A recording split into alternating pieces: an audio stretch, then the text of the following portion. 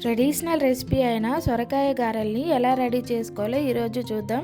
వీటిని కొన్ని ప్రాంతాల్లో ఆనపకాయ గారెలు అని కూడా అంటారు. సొరకాయ కర్రీ ఎవరికైతే ఇష్టం ఉండదో ఈ సొరకాయ గారెలు చేసి పెట్టండి, చాలా ఇష్టంగా తింటారు. ముందుగా కొంచెం శనగపప్పును నానబెట్టుకోండి. తరువాత రోల్లో ఒక చిన్న అల్లం ముక్క, 3 పచ్చిమిర్చి, 1 స్పూన్ జీలకర్ర వేసి బాగా దంచుకొని పేస్ట్ను చేసుకోండి. గుప్పెడు పల్లీలను కూడా వేయించి పక్కన పెట్టుకోండి. చిన్న చిన్న ముక్కలుగా కట్ చేసుకున్న సొరకాయను మిక్సర్ జార్లోకి వేసి ఒకసారి గ్రైండ్ చేసుకోండి.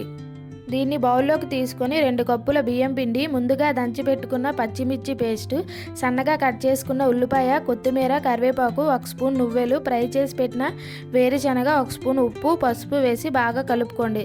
తర్వాత దీనిలోనే ముందుగా నానబెట్టుకున్న శనగపప్పును కూడా వేసి చక్కగా కలుపుకొని ఒక ముద్దలా చేసుకొని అరగంట పాటు విడిచిపెట్టేయండి. తర్వాత దీంట్లో నుండి చిన్న చిన్న ముద్దలు తీసుకొని బాల్స్లా చేసి బటర్ పేపర్పై కానీ ఇలా పాలు ప్యాకెట్ల మీద కానీ ఇలా ఒత్తుకొని గారెల్లా చేసుకొని బాగా మరుగుతున్న నూనెలో వేసి 2 వైపులా బాగా తిప్పుకొని ఇలా మొత్తం బుడగలారి రంగు మారినాక బయటికి తీసుకుంటే కరకరలాడే టేస్టీ సొరకాయ గారెలు అనేవి రెడీ అవుతాయి. ఇవి ఎంత రుచిగా ఉంటాయంటే తింటూ ఉంటే 1-2తో ఆగరండి, తింటూనే ఉంటారు. దీంట్లో ఫైబర్ కంటెంట్ ఎక్కువ ఉండడం వల్ల పిల్లలకు కూడా చాలా మంచిదండి. మీరు కూడా మీ ఇంట్లో ట్రై చేసి ఎలా వచ్చిందనేది కమెంట్ చేయండి. Do like, share, subscribe Sangeetha kitchen menus.